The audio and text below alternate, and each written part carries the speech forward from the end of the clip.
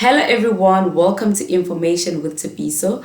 I am Tepiso Hongwejana, and it's that time of the year where matriculants have written their final year exams and their papers have gone for marking.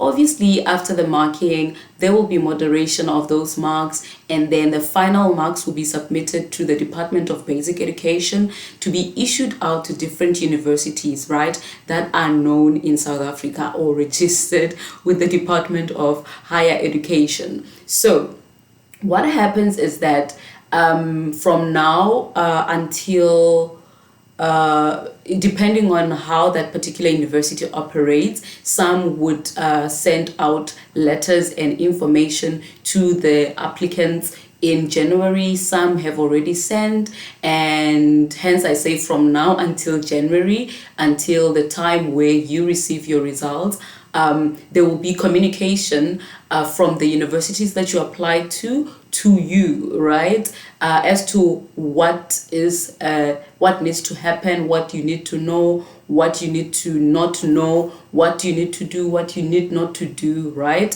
So I'm just here to give you a few hints on what to do based on the knowledge that I have of different universities and how they operate, right? Okay, the first thing that you need to know is that recently universities discourage walk-ins or physical submission of results. That's why at the beginning I mentioned that the University of Basic Education submits your results. Everybody's results is submitted to universities, right, for easy processes of admission, right? And also to finalize, to help or assist universities to finalize the selection process and update your portal, your student portal on their website as to whether they rejected you or they've accepted you, right? So I'm just going to read a few things for you so that you understand what you need to do and whatever status that would be put in the website on your student portal. So the first one is admitted. You need to know what admitted means. When the university says you are admitted, this is what they mean. They mean that you have been accepted to study for the degree that you applied for at that particular university. So if you never applied to any university, don't expect to go to their student portal to check if you are admitted for any qualification, right? So whenever you go to your specific student portal for that particular university, you're expecting to check for the qualifications that you applied for in the year 2022, right? And then following the status admitted, registration dates will then be communicated to you on which day you should log in, right? Like I said, universities no longer encourage students to come physically to the university premises to register or to carry out any registration. So registration is done online. So they will send you an email or an SMS or call you informing you on which day to log in to your student portal or where to log in if registration is done on a different platform of their website to formally register to that particular qualification that they have accepted you in, right? And then if you do not accept the offer, this is very important, please listen to this one. If you do not accept the offer made to you, kindly inform us as soon as possible. So every university requires you to inform them that you are not accepting the offer that they've made. Let's say, for example, you applied for nursing at that particular university and you feel, okay, the other university accepted you in podiatry and you love podiatry more than nursing and you are accepting podiatry in a different university. You need to send an email to that particular university that accepted you in nursing, informing them that I am not going to accept the offer that you have given me. Instead, I've accepted another one, right? Even though you may not tell them that you have accepted something else, but make sure that you inform them in form of writing or by going to their student portal to accept or reject. If you are rejecting it because you are accepting another offer somewhere else, make sure that you just click on reject on their student portal or send them an email informing them that you are rejecting or not accepting their offer of nursing in that particular university, right? This is just an example. Okay, while we're still on that issue of acceptance, I know Wits University does not do it on an email platform. They have it on their student portal platform, where let's say, for example, you applied for education, nursing, and biochemistry, for argument's sake, and then they've accepted you for all these qualifications, right?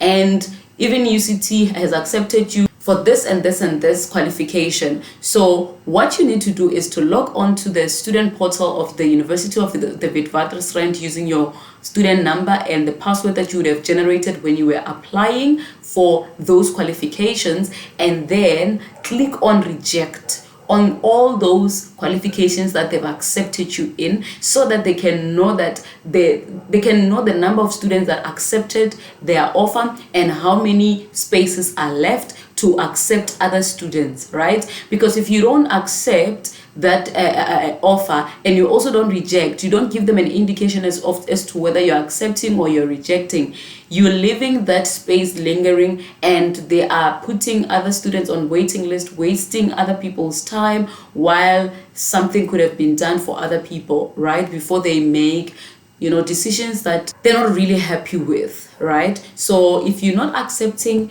that particular offer that's given to you because you would have accepted another one at a particular university, make sure that you go to their website and reject that offer that they would have given you.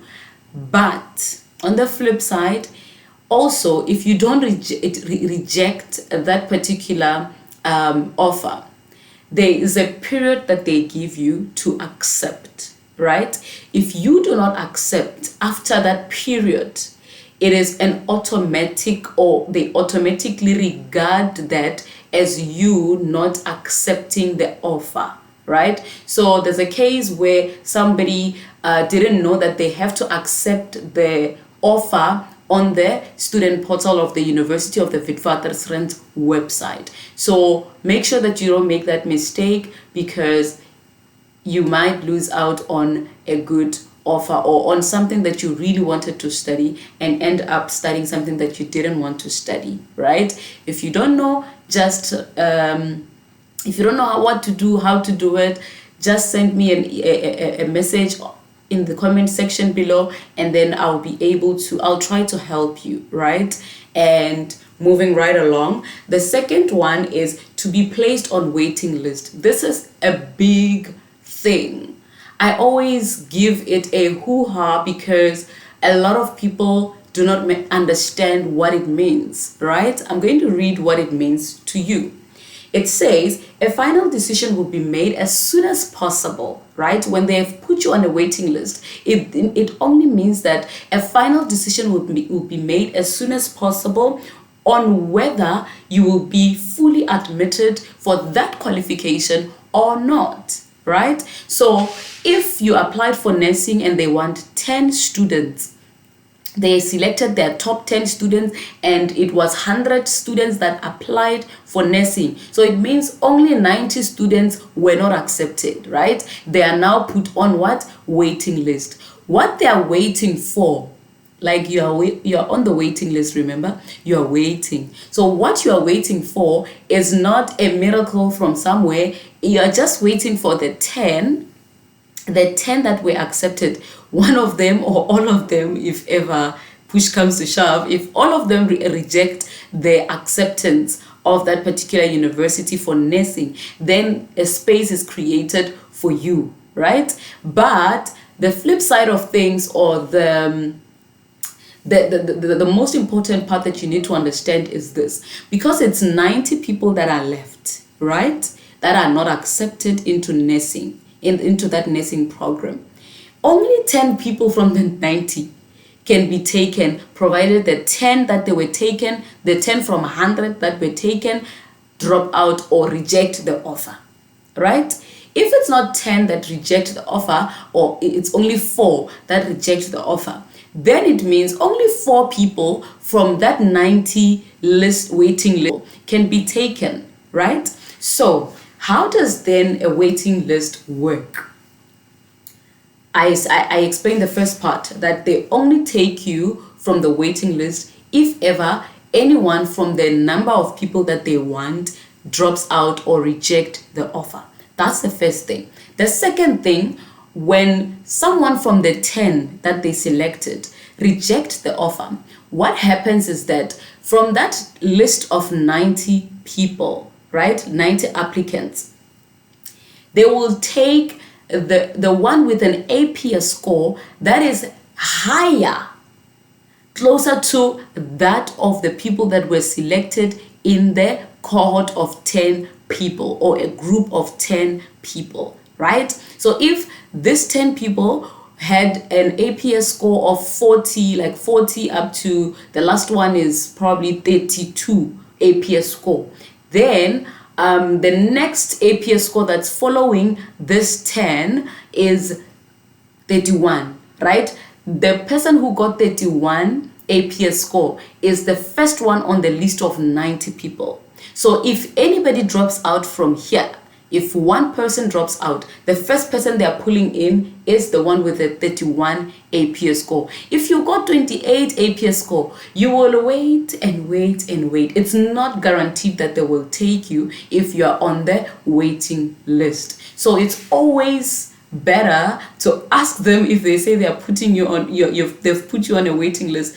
If possible, if they can tell you, it's usually not advised for them to tell you what number you are at. But if you find somebody that can just, assist, just ask, what number am I on the waiting list? But looking at your APS score, you should also be able to gauge as to whether you'll be in or you'll not be in, right? Because if the qualification you applied for requires a minimum APS score of 28 and you got 28, it doesn't mean that other students got 28. There are some that got 40, some got 41, depending on the results that they have. So make sure that you really check what number you are on the waiting list, and also check your APS score. If it's like exactly the minimum APS score, my advice is check other universities. Check other universities that have accepted you. It's always advisable that you don't wait for the waiting list, because it's not always the case where you'll be accepted from the waiting list, since they've taken the number of people that they are looking for. And the chances of those people dropping out or rejecting that offer once they've been accepted, it's usually very slim, right? So don't depend so much on waiting list. We move. Okay. These decisions involving the identification of space can often only be made during the registration period. So what I just told you, the university can only know during registration or after registration as to whether the offers of those 10 people for nursing, for the nursing qualification, have been filled up or not, right? So it means you have to wait and wait and wait until registration is finished. And then once registration is finished, it's then that they can let you know that you're still on the waiting list, or you are now brought into the group of people that are accepted, right? So don't waste much time, because you might end up not having space anywhere else, or forfeiting other spaces somewhere else, while you think the waiting list would do you some justice. You must just know about the waiting list. They will send you an SMS to inform you that you are fully accepted, if ever they accept you, right? If they don't send an SMS, it means you're still not accepted. You're still on the waiting list. And please don't wait way too long on the waiting list, because it's not good for you, right? Available study spaces, if any, may be filled by ranking prospective students who have not already been admitted in accordance with their academic performance with reference to all academic programs in which they participated at any university. Now the third part, when they say no space, this is what they mean. You qualify for the program you applied for, but there is no space as the number of available seats have already been filled, right? So you do qualify. You got your APS like 38 there. You do qualify for nursing, but because they got their 10 and the 10 accepted, went to the portal, student portal, and clicked on I accept the offer. So it means there is no space. So what you need to do in that case, when they say there's no space, look for other universities that you applied for, or you can also check the ones that you did not apply for, right? I'll give you an advice on that just later on. Stay tuned. The last one is conditionally accepted or conditionally admitted, pending test outcomes. This means a few programs have additional admission criteria apart from the APS score, right? So like those ones that use your test, eye test, physical test, fitness, all those things. If the qualification you applied for has those additional tests that they require on top of APS score, then you may be conditionally accepted, right? Pending the results of those other things. I heard this year that most universities, for mostly the Faculty of Health Science qualifications, they were requiring students to do a job shadowing to attach to their application. So if you haven't done job shadowing and you applied for a qualification that requires you to do a job shadowing, please go ahead and apply at the whatever facility that offers job shadowing for that qualification that you want as soon as possible. So please make sure that you check every other thing that the qualification you applied for requires to for admitting you into that particular qualification on top of the APS score, right? Most of the time they also give you a provisional acceptance or conditional acceptance on waiting for your final metric results to determine as to whether you're in or you're out, right? Looking at your current results, they can see that you qualify, you're the good candidate, and then the final determining factor is just your final results from your final exam. Then they are going to fully admit you, right? So make sure that you understand all this. And if you don't understand, please write something for me in the comment section. Ask any question. Ask for your child, ask for your little sister, your little brother, ask for yourself, ask, make sure that you ask questions, all right? Because it's very important to know all this, since nobody is going to help you if you go to any university after receiving your results, because they don't want any walk-ins. I hope this is very clear, ladies and gentlemen. Please make sure that you subscribe to this channel. Make sure that you hit that like button or the thumbs up, and share the video with your loved ones. Make sure that you turn on the notification bell so that you get notified every time I upload a video. And we've come to the end of our video. This is Information with Tshepiso. I am Tshepiso Ramwejana. Thank you for tuning in, and see you in the next upload. Thank you.